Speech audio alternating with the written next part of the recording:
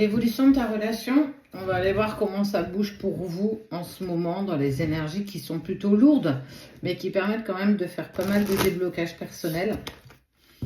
Donc on va aller voir comment les choses se mettent en place pour vous deux. Ça c'est toi, ça c'est ton autre, même si tu es un homme, tu es ici. Ok? Et là, c'est la personne que tu aimes.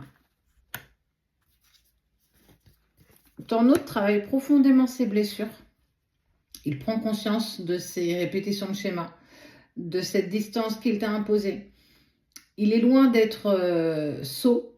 On voit bien qu'il prend conscience au fur et à mesure de ses blessures, de ce qui l'empêche d'être heureux, ce qui l'empêche d'être avec toi. Et ça le met totalement en travail profond. On ressent vraiment quelque chose d'assez lourd. Toi, écoute, j'ai envie de dire que tu t'ouvres au monde, tu t'ouvres à de nouvelles relations, de nouvelles sorties, de nouvelles rencontres, sans pour autant tenter de remplacer qui que ce soit ou d'avancer dans une autre aventure. On voit bien que tu ne te fermes pas. Tu restes dans cette énergie de renouveau.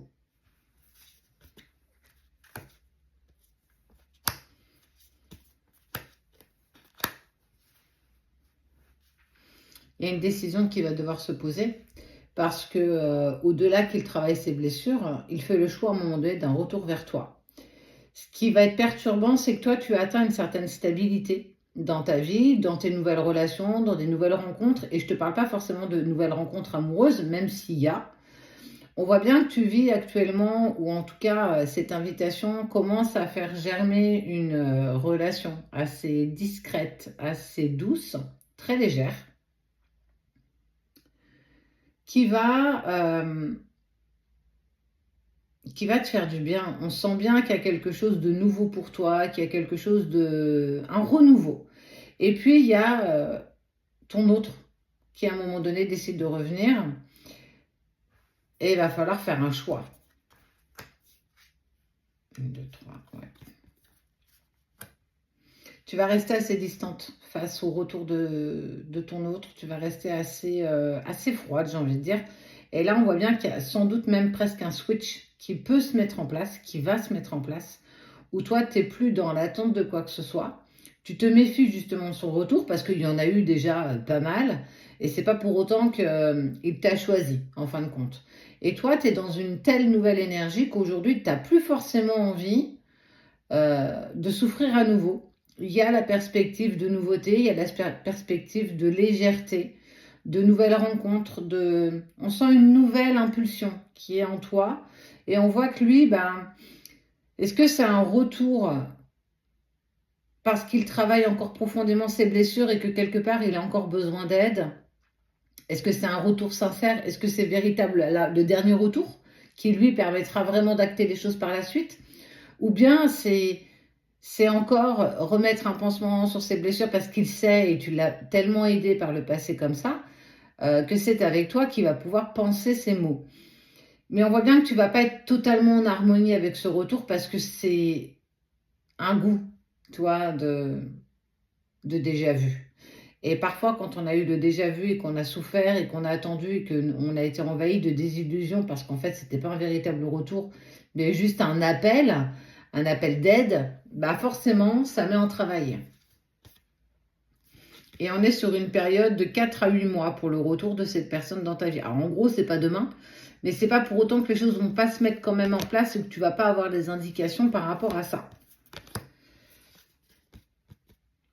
Parce que je vais pas te la montrer, parce que bon, elle est en tenue d'Ève, mais parce que tu as été tellement trahi que quand il va revenir vers toi, ça va faire naître encore des conflits. Tu reviens toujours pour la même chose, tu reviens, t'es pas sûr de toi, etc., etc. Et en fait, on voit bien que tu en as ras le pompon.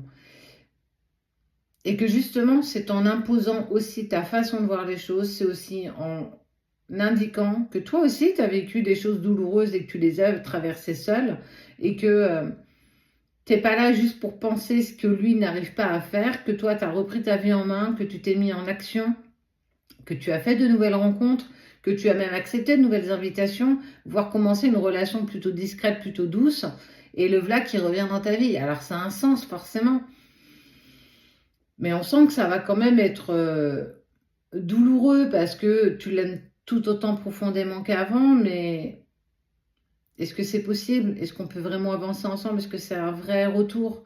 Il y a toutes ces questions-là et forcément le conflit intérieur va venir et ça va monter et puis vous allez l'exprimer. Donc forcément, mais il y a toujours de l'amour entre vous. Il y a toujours quelque chose d'intense, il y a toujours quelque chose de beau. Mais on voit bien que cet amour aujourd'hui ne suffit pas. Il est encore en train de travailler sur ses blessures profondes, sur ses blocages. Il doit se libérer. Et effectivement, tu ne peux pas l'aider sur ça. Tu ne peux pas le faire pour lui. Tu ne peux pas lui tenir la main. Tu te dois de rester en distance par rapport à ça. Alors, il vient pour un retour véritable ou un retour parce qu'il sait qu'avec toi, tu peux l'aider. Il va falloir que tu fasses la bonne distinction, mais surtout, qu'est-ce que toi, tu désires profondément? Quelles sont tes attentes à toi?